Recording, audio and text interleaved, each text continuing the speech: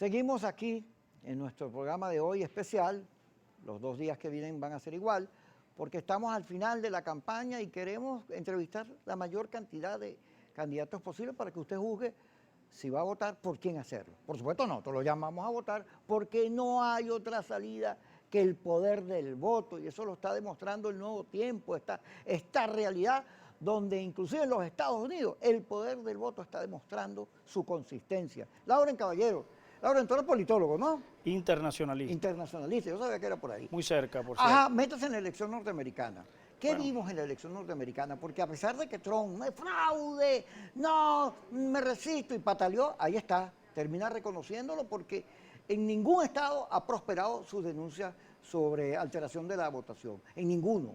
Y además, bueno, los propios republicanos, gobernadores, alcaldes, las figuras del partido han venido diciendo que el discurso de Trump puede erosionar la institucionalidad. Sí, correcto. Mira, básicamente lo que podemos notar a primera vista, ¿no?, con relación a la cuestión estadounidense, con respecto al tema electoral, es que se demuestra una vez más que los regímenes populistas en países donde la institucionalidad es fuerte, donde la organización ciudadana y donde la cultura popular está bien arraigada desde el punto de vista democrático, no tienen cabida. Eso es lo que pasó con el presidente Trump, un presidente populista, un presidente que se asemeja muchísimo, por cierto, a las prácticas de los regímenes populistas de Latinoamérica y que terminó pues con una derrota que no es ninguna sorpresa. Mira, Trump se dedicó durante todo su mandato a atacar a los latinos. Trump se dedicó durante su mandato a insultar a los mexicanos. Trump se dedicó durante su mandato a venderle fantasías a la opinión pública latinoamericana que hace vida en ese país mediante cuestiones como, por ejemplo, la famosa y supuesta intervención militar en territorio venezolano que tampoco se dio. Es decir, una sarta de mentiras, una tras otra, que además generaron, más allá de la frontera de los Estados Unidos, grandes preocupaciones y grandes problemas en otros países. En nuestro caso es, digamos, ya pues una situación caótica generada producto de que un sector de la política venezolana de alguna manera vino convirtiéndose o terminó convirtiéndose en una especie de elemento de la política exterior de Estados Unidos hacia Venezuela. Me refiero particularmente a actores políticos como Juan Guaidó, que dejó de lado su trabajo fundamental como parlamentario y terminó convirtiéndose nada más y nada menos que en una herramienta en el terreno de la política exterior estadounidense hacia el país. Entonces, evidentemente, las cuestiones internas muchas veces tienen sus repercusiones a nivel internacional, y las cuestiones internacionales muchas veces tienen repercusiones a nivel interno. Y es lo que pasó con el caso de los Estados Unidos y Venezuela. Una relación simbiótica, pero muy catastrófica y muy caótica, que terminó erosionando la base de apoyo popular de la oposición venezolana. Nos ha hecho mucho daño esa política exterior de Estados Unidos hacia Venezuela. Yo creo que los factores democráticos de este país, pero también los factores que hacen vida en las instituciones del Estado, tienen que retomar definitivamente una política nacionalista, porque, ojo, no te creas, no es nada más que la oposición tiene factores que le dejan la política a sectores de la política internacional o a la geopolítica. El propio gobierno nacional depende en gran medida de factores de peso geopolítico. Recientemente hemos visto, por ejemplo, cómo se han venido privatizando una cantidad importante de empresas del Estado que se supone que estaban al servicio de las clases populares, que estaban al servicio de los más necesitados, y hoy en día son nada más y nada menos que bastiones de los grandes capitales transnacionales. Eso, sin lugar a duda, contrasta, Kiko, discúlpame, con la política que en un principio promovía el propio presidente Chávez. Es decir, este gobierno se ha convertido en un gobierno traidor de la propia revolución y de los propios principios revolucionarios que en un principio, valga la redundancia, fueron lo que le dieron pues la razón de ser a todo ese movimiento. Eso que estás diciendo tú lo dice la Alternativa Revolucionaria, el Partido Comunista. Bueno, coincidimos. Sí, dice lo mismo. Pero fíjate, para meternos ya en esos debates, el discurso del G4 de Guaidó fue la amenaza creíble, la invasión, la fractura militar interna. Después de lo que ocurrió con Trump, es obvio, además Trump lo dijo por todos lados, que no iba a invadir Venezuela, pero pierde esa amenaza y Guaidó, uno de sus principales sustentos. Ahora, eso lo ve la gente. La gente tiene una lógica, yo se lo comentaba a Guillermo Luce, que lo decía Teodoro Pekov, la gente entiende la política, no en la misma dimensión entre el liderazgo, pero la comprende. Y está viendo que en Venezuela la salida de fuerzas no tiene ningún asidero, eso no va por ningún lado. Y hemos visto cómo las encuestadoras y la propia campaña lo ha demostrado, ha ido subiendo la intencionalidad del voto.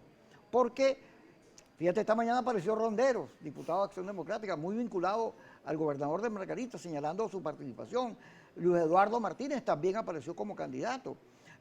Uno se da cuenta que cuando vengan las elecciones de gobernadores y alcaldes, los gobernadores y una cantidad de figuras van a retornar al cuadro electoral.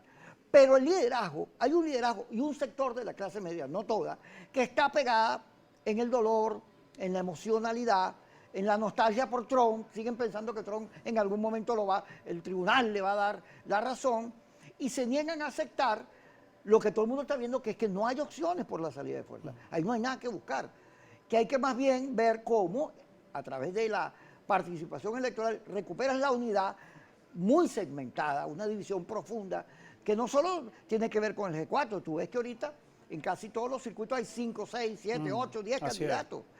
Aun cuando las posibilidades de división le quitan opciones de triunfo a la oposición, no hay nadie ahí que esté dispuesto a ceder espacio para llegar a acuerdo. Pero es un proceso.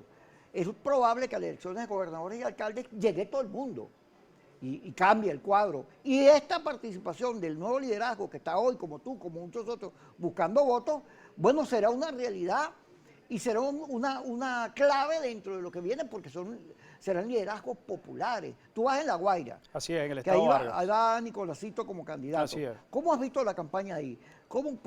Porque La Guaira no ha estado mucha vista. Claro, fíjate, es una campaña sin lugar a dudas muy desigual, ¿no? En primera instancia, porque sabemos que el príncipe heredero de la corrupción nacional está utilizando todos los recursos del Estado y más allá para promocionar su imagen por aquí y por allá. Han forrado el Estado de extremo a extremo, estamos hablando desde el Junco hasta Caruao, con pendones, que cada pendón de esos cuesta alrededor de $20. Imagínate tú la cantidad de dinero que han invertido estos señores en tratar de seguir engañando a los habitantes de un Estado muy golpeado, además, incluso por la naturaleza.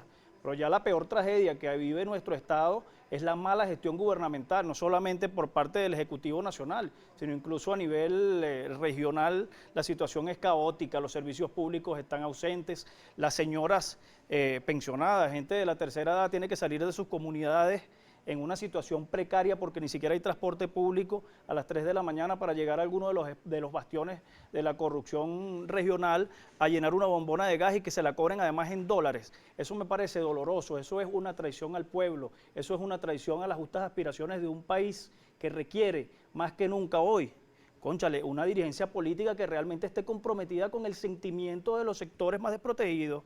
Eso es lo que está haciendo este gobierno, traicionando básicamente al pueblo humilde. La palabra traidor no es lenguaje chavista. No estás comprando la confrontación, estás utilizando los mismos códigos. Sí, claro, yo tengo que utilizar esa palabra, pero dándole su justa dimensión. Ahora, ellos le llaman traidor al que piensa. Pensar no es un acto de traición, querido amigo. Pensar es un acto de libertad.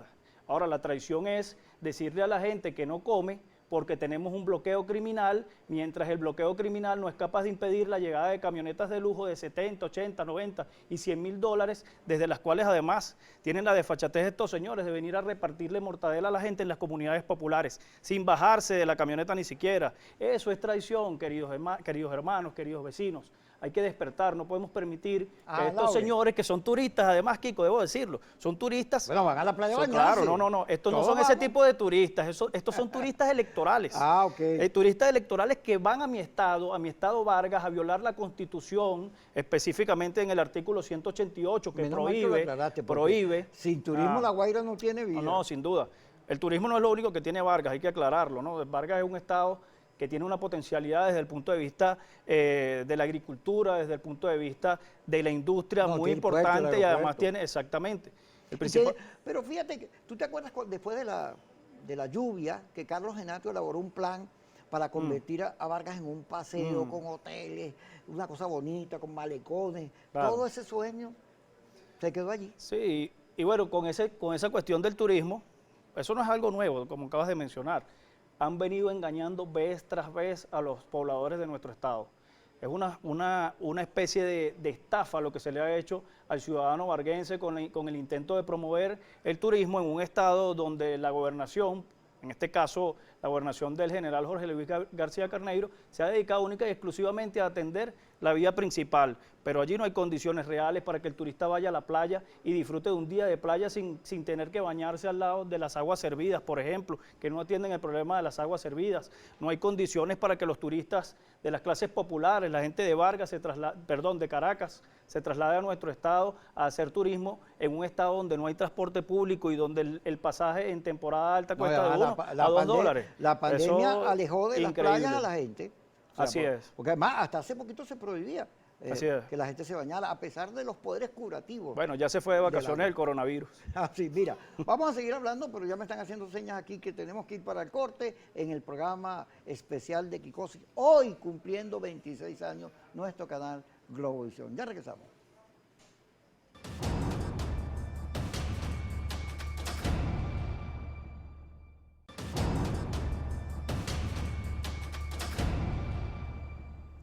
Lauren Caballero está con nosotros, candidato por el estado Vargas. ¿Vas en lista o en circuito? Circuito.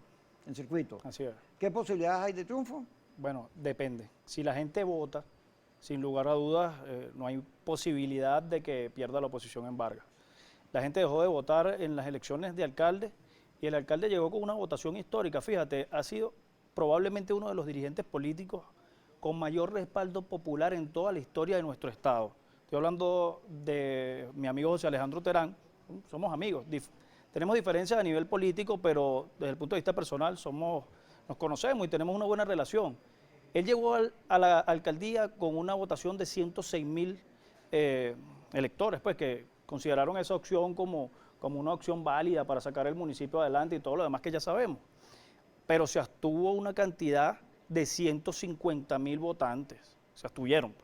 Entonces, fueron muchos más los que no participaron que los que participaron. Ahora, la realidad lo que demostró mira. fue, disculpa Kiko, Ajá. la realidad lo que demostró fue que la abstención le dio la posibilidad de gobernar a un dirigente chavista. Ahí vamos, fíjate, la abstención, no solo en el 2005, sino que ahorita, en la elección del 2018 y en las elecciones ya de gobernadores y de alcaldes, ha sido una constante la abstención y sigue sin producir ningún resultado. Así es. O sea, lo que hace es que el gobierno gana y se atornilla más porque no tiene ni siquiera ni fraude ni trampa porque no hace falta. Se ha producido resultados, solo que negativos. Negativos, pero no hay ninguna reflexión en quienes convocan a la abstención para decir que eso es un error, sino siguen en el mismo mito, como dice Capriles, en la misma ficción. Así es.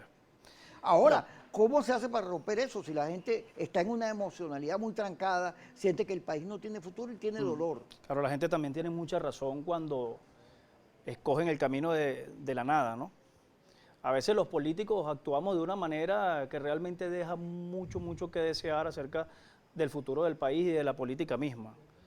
La gente no es que es mala porque se abstiene, ni mucho menos, ni es que están engañados, sino que simple y sencillamente la realidad a veces arropa pues al ciudadano y les hace ver en la política y en los políticos como lo peor de lo peor. Eso es producto de una mala praxis política. Lo que hemos visto en los últimos años ha sido de lado y lado una práctica política que tiene que generar sin lugar a dudas repudio por parte de la gente, porque es que toda la pelea que en la que se han metido pues estos sectores elitescos de un lado y del otro, esa pelea la han pagado con creces los ciudadanos de a pie. La política mala ha generado precisamente esa desvinculación del ciudadano común con la política, y con la política me refiero a los verdaderos problemas del país. A la política inteligente, al sistema, que es la política. Me refiero a problemas puntuales como el tema del sistema eléctrico nacional, la carestía de los precios, de los productos y servicios, el incremento del costo de la vida en general, la mala prestación de los servicios, no solamente, ya hablando a nivel macro, no solamente del sistema eléctrico nacional, sino estamos hablando del sistema de transporte, el tema de del agua potable, las aguas servidas, el sistema público de salud. Todo eso es producto, en primera instancia, de la mala política. La mala política es, corrupción, la mala política es la confrontación permanente, la mala política es no entender que bien que tú te vistas de rojo o que te vistas de azul, si tú eres bueno para una determinada tarea, hay que tenderte la mano y permitirte que desarrolles, bueno, ese conocimiento que tienes, más allá de tu preferencia política en el área en la cual eres experto. El 62% de la gente está ubicada en el centro. Sí. Sin embargo, el centro, a la hora de las decisiones, la polarización se lo come, se lo traga.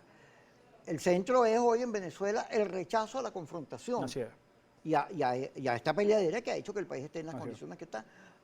¿Podrá el centro aparecer en esta elección, registrarse con nitidez o por el contrario, el gobierno saldrá ganando con uno que otro factor de la oposición que jale votos, pero con un cuadro todavía de incertidumbre? Mira, mi más profundo deseo, sin lugar a dudas, es que ese centro político se reencuentre y pueda ocupar la mayoría pues, de los escaños del próximo Parlamento, porque le haría un bien al país, además.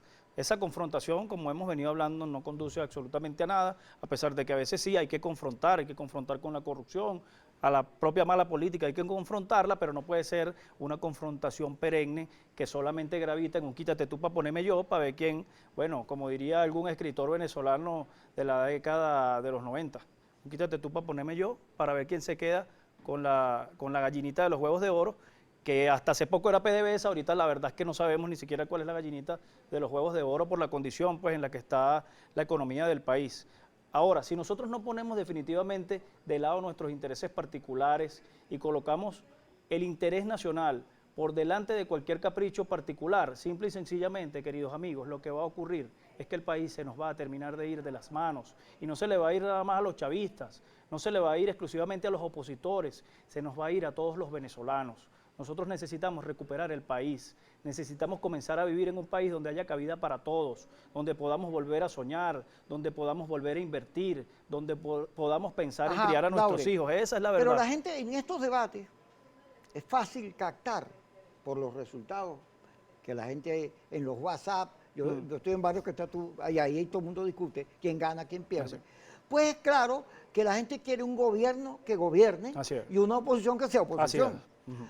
Si la oposición no es oposición, sino es blandengue, mirar para los lados, no sirve, la gente no le tiene confianza. Y si la oposición además usurpa poderes que le corresponden al Ejecutivo Nacional, llámese como se llame, peor, porque si una cosa, bueno, si tener un gobierno malo es terrible para el país, imagínense tener dos gobiernos malísimos al mismo tiempo, peor todavía, y peor aún es tener a uno de esos gobiernos pretendiendo ser gobierno de fantasías o en el exilio. Eso no resuelve los problemas de la gente. Uno no le puede... el debate hoy, fíjate, yo creo que el tema del G4, Guaidó y familia, bueno, ellos harán su consulta y ya verán qué destino le dan a eso, porque no se ve que el cese de la usurpación tenga posibilidades. Lo que estamos viendo ahorita es que hay una nueva realidad, un barajeo, donde la campaña de la Asamblea Nacional, todo lo que está ocurriendo, la gente está mirando, además está siendo televisado, hay debates por todos lados, la gente está mirando y hay otros protagonistas, hay un nuevo discurso. Tú eres parte de eso. A mí me parece, Kiko, lo que yo he visto pues personalmente en los barrios populares de mi estado, es que a la gente le tiene muy sin cuidado el tema del cese de la usurpación o la cuestión esta de rodilla en tierra. La gente lo que quiere es soluciones a problemas puntuales como ¿Qué te dicen a ti cuando te agarran ahí? Dicen, candidato, ¿quieres saber? ¿Tú sabes lo que te dicen? Yo espero que si lo eligen vuelva, ¿no? Eso es lo primero. O si no, mira, ¿qué están de nuevo ustedes, los políticos que vienen a las comunidades, nada más cuando hay elecciones, pero después cuando se montan se olvidan de la gente? Eso es verdad. Los políticos han hecho eso una y otra vez, y por eso ese gran descontento de la ciudadanía en general con la política. Porque es que muchos políticos han incursionado en la política como un trampolín para hacer negocios, para enriquecerse, es decir, superponiendo los intereses personales y egoístas al interés nacional. Eso no es la política. La política nació precisamente porque había conciencia de la necesidad de atender los problemas de la ciudad, de la comunidad en Grecia, ¿no? La ciudad-estado griega, pues se organizaba de esa manera y la política nació allí, de allí viene la palabra política, por cierto. La ciudad-estado griega se llamaba polis, pues. De la polis griega viene la palabra política. Si tú llegas a ser diputado, el gobierno está planteando una investigación a la Asamblea Nacional presidida por Guaidó.